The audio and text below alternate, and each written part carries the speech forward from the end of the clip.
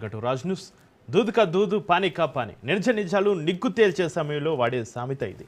ఉగ్రభూతంపై భారత్ అలుపెరగని పోరాటం చేస్తూనే ఉంది. ఆపరేషన్ సింధూర్ తోటి పాకిస్తాన్కు అదిరిపోయే షాక్ ఇచ్చింది. తన సత్తా ఏంటో చూపించింది. షరీఫ్ అడ్డాలోనే మిస్సైల వర్షం కురిపించింది. త్వరలోనే రాకెట్ మిస్సైల్ ఫోర్స్ని ఏర్పాటు చేసే ఆలోచనలో ఉంది భారత సైన్యం.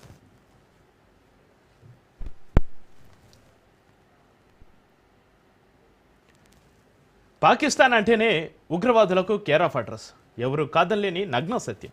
అందుకు నిదర్శనమే పహల్గామ్ ఉగ్రదాడి. టెర్రరిస్టులతోటి సంబంధాలు లేవని వివిధ వేదికలపై మేకపోతు గాంభీర్యాన్ని ప్రదర్శిస్తుంది దేయాది. అయితే పహల్గామ్ దాడికి ప్రతీకారంగా పాకిస్తాన్కు భారత సేనలు చుక్కలు చూపించాయి. ముప్పెట దాడులు చేసి మునీర్ సైన్యాన్ని షేక్ చేశాయి.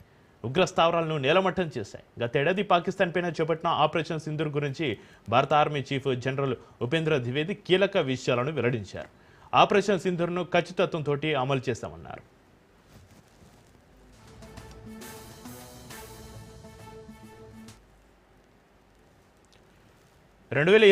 ఏప్రిల్ 22న జరిగిన పహల్గామ్ ఉగ్రదాడి భారతదేశ చరిత్రలోనే ఒక చీకటి ఘట్టం.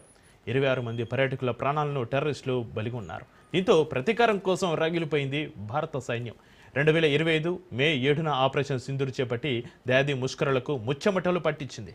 1971 తర్వాత తొలిసారి పాకిస్తాన్ భూభాగంలో మెరుపు దాడులు చేసింది భారత సైన్యం.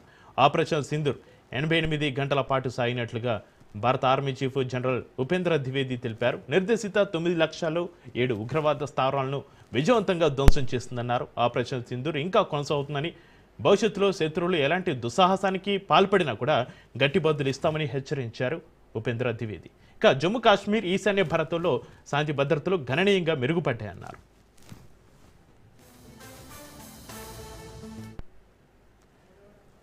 ఇక ఒకవైపు కేంద్రం ఉగ్రవేటతోటి టెర్రరిస్టులను కుక్కటివేలతోటి పెకిలి వేస్తుంటే, మరోవైపు ప్రతిపక్షాలు మాత్రం ఆపరేషన్ సింధూర్ పైన అనుమానాలు వ్యక్తం చేస్తూనే ఉన్నాయి.